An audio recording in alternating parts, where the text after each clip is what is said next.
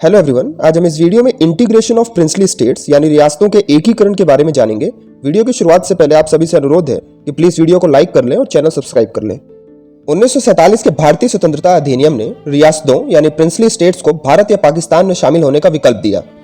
उस समय 550 से अधिक रियासतों ने स्वतंत्र भारत के 48% क्षेत्र को कवर किया हुआ था और इन रियासतों की आबादी भारत की कुल आबादी का लगभग 28% हिस्सा था।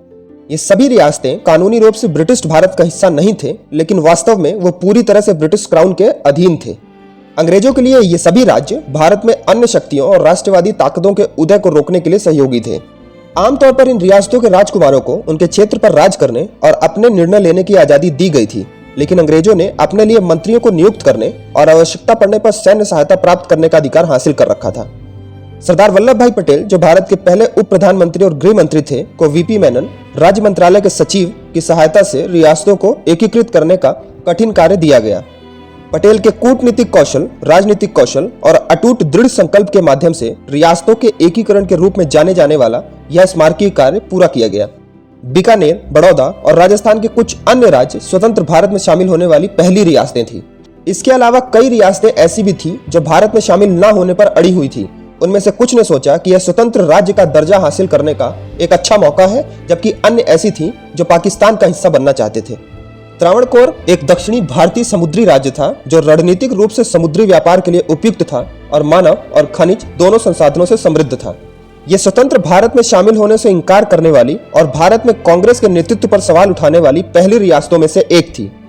1946 में त्रावणकोर के दीवान सर सीपी रामास्वामी अय्यर ने त्रावणकोर को एक स्वतंत्र राज्य बनाने के अपने इरादे की घोषणा की। वह जुलाई 1947 तक अपने इरादे पर अड़े रहे, लेकिन केरल सोशलिस्ट पार्टी के एक सदस्य द्वारा हत्या के प्रयास से बचने के तुरंत बाद उन्होंने अपना विचार बदल दिया और 30 जुलाई 1947 को त्रावणकोर भारत में शामिल हो गया। जोधपुर में एक हिंदू राजा और बड़ी हिंदू आबादी होने के बावजूद इस राजपूत सियासत का झुकाव पाकिस्तान की ओर था। युवा और अनुभवहीन जोधपुर राजकुमार हनवंत सिंह का मानना था कि उन्हें पाकिस्तान से बेहतर सौदा मिल सकता है, क्योंकि उनका राज्य पाकिस्तान के साथ सटा हुआ था। जिन्ना ने जोधपुर को पाकिस्तान से मिलाने के लिए महाराज की सारी शर्तें मान ली और एक खाली कागज पर हस्ताक्षर करके महाराज को अपनी शर्तें लिखने के लिए दिया। सीमा वाले राज्य के पाकिस्तान में शामिल होने के जोखिम को देखते हुए पटेल ने तुरंत राजकुमार से संपर्क किया और उन्हें पर्याप्त लाभ देने की पेशकश की। 11 अगस्त 1947 को जोधपुर के राजा महाराज हनवंत सिंह ने विलय पत्र पर हस्ताक्षर किए और जोधपुर राज्य को भारत में एकीकृत किया गया। इसी तरह भोपाल एक और राज्य था जो स्वयं स्वतंत्रता की घोषणा करना चाहता था और यहाँ एक मुस्लिम नवाब हमीदुल्लाह खान बहुसंख्यक हिंदू आबादी पर शासन कर रहे थे। जुलाई 1947 तक भोपाल के प्रिंस को उन राजकुमारों की बड़ी संख्या के बारे में पता चला जिन्होंने भारत में प्रवेश कर लिया था और उसने भी भोपाल को भारत में शामिल करने का फैसला किया। हैदराबाद सभी रियासतों में से सबसे बड़ा और सबसे समृद्ध था, जिसमें ढक्कन के पठार का एक बड़ा हिस्सा शामिल था। निजाम मीर उस्मान अली एक बड़ी हिंदू आबादी का शासक था। उसे जिन्ना का समर्थन मिला और समय के साथ हैदराबाद को लेकर विवाद और गहराता गया। जून 1948 में लॉर्ड माउंटबेटन के इस्तीफे के बाद कांग्रेस सरकार ने अधिक निर्णायक मोड़ लेने का फैसला किया। 13 सितंबर 1948 को ऑपरेशन पोलो के तहत भारतीय सैनिकों को हैदराबाद भेजा गया। लगभग 4 दिनों तक चली सशक्त मुठभेड़ में भारतीय सेना ने राज्य पर पूर्ण नियंत्रण प्राप्त कर लिया और हैदराबाद भारत का अभिन्न अंग बन गया। बाद में हैदराबाद के निजाम को पुरस्कृत करने के लिए उन्हें हैदराबाद राज्य का राज्यपाल बनाया गया। जूनागढ़ गुजरात के दक्षिण पश्चिमी छोर पर स्थित एक रियासत थी जो 15 अगस्त 1947 तक भारतीय संघ में शामिल नहीं हुई थी। इसमें नवाब मोहम्मद महाबत खानजी III द्वारा शासित एक बड़ी हिंदू आबादी थी। 15 सितंबर 1947 को नवाब महाबत खानजी ने यह तर्क देते हुए कि जूनागढ़ समृद्धि के रास्ते पाकिस्तान से जुड़ा हुआ है और माउंटबेटन के विचारों को नजरअंदाज करते हुए पाकिस्तान में शामिल होने का फैसला किया।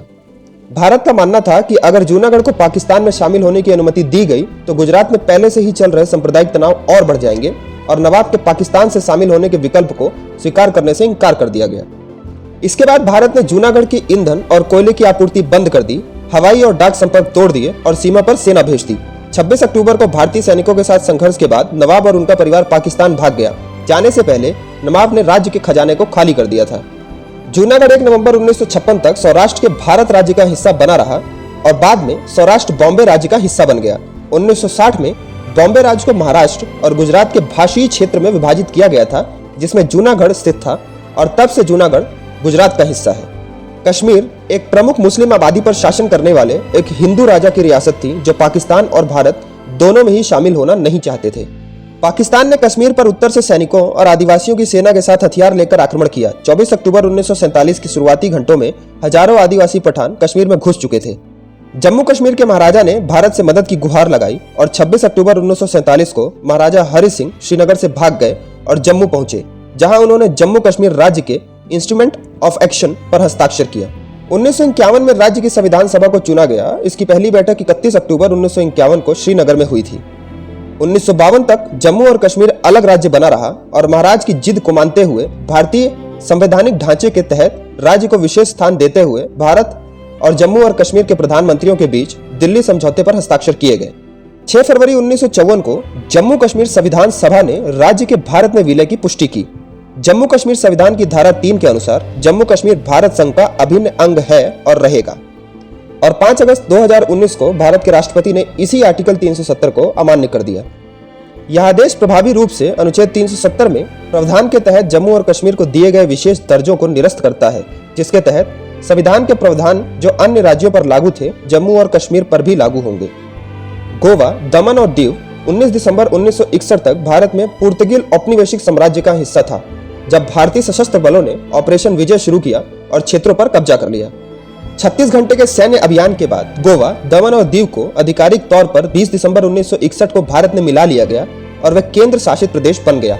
गोवा 30 मई 1987 को भारत का पूर्ण राज्य बना। भारतीय संघ में शामिल होने वाला अंतिम भारतीय राज्य सिक्किम था। यह 16 मई 1975 को भारत का 22वां राज्य बना। सिक्किम पहले 1975 तक एक स्वतंत्र राज्य था, जब इसने भारत में विलय पर जनमत संग्रह कराया और अधिकांश लोगों ने भारत में शामिल होने के पक्ष में मतदान किया। यदि सरदार वल्लभ भाई पटेल ने रियासतों को भारत में सफलतापूर्वक एकीकृत नहीं किया होता, तो यह संभावना है कि भारत एक खंडित और अस्थिर राज्य बना रहता और इसके कई टुकड़े होते जो आंतरिक विभाजन और संघर्षों से ग्रस्त रहता। इन सभी रियासतों पर विभिन्न राजाओं और राजकुमारों का शासन था, जिनके अपने हित और महत्वाकांक्षाएं थी। उनमें से कई भारत में शामिल होने के इच्छुक नहीं थे और कुछ को अपने स्वतंत्र राज्य स्थापित करने की आकांक्षाएं भी थी। इससे एक ऐसी स्थिति पैदा हो जाती जहां भारत कई छोटे राज्यों में विभाजित हो जाता, जिसमें कोई केंद्रीय सत्ता या एकीकृत पहचान नहीं होती। भारत में सभी रियासतों को एक करना देश की स्थिति और प्रगति के लिए महत्वपूर्ण था। इसने भारत सरकार को पूरे देश पर अपना अधिकार स्थापित करने, एक एकीकृत कानून और प्रशासनिक प्रणाली स्थापित करने और पूरे भारत में आर्थिक विकास और सामाजिक कल्याण कार्यक्रमों को बढ़ावा देने में सक्षम बनाया।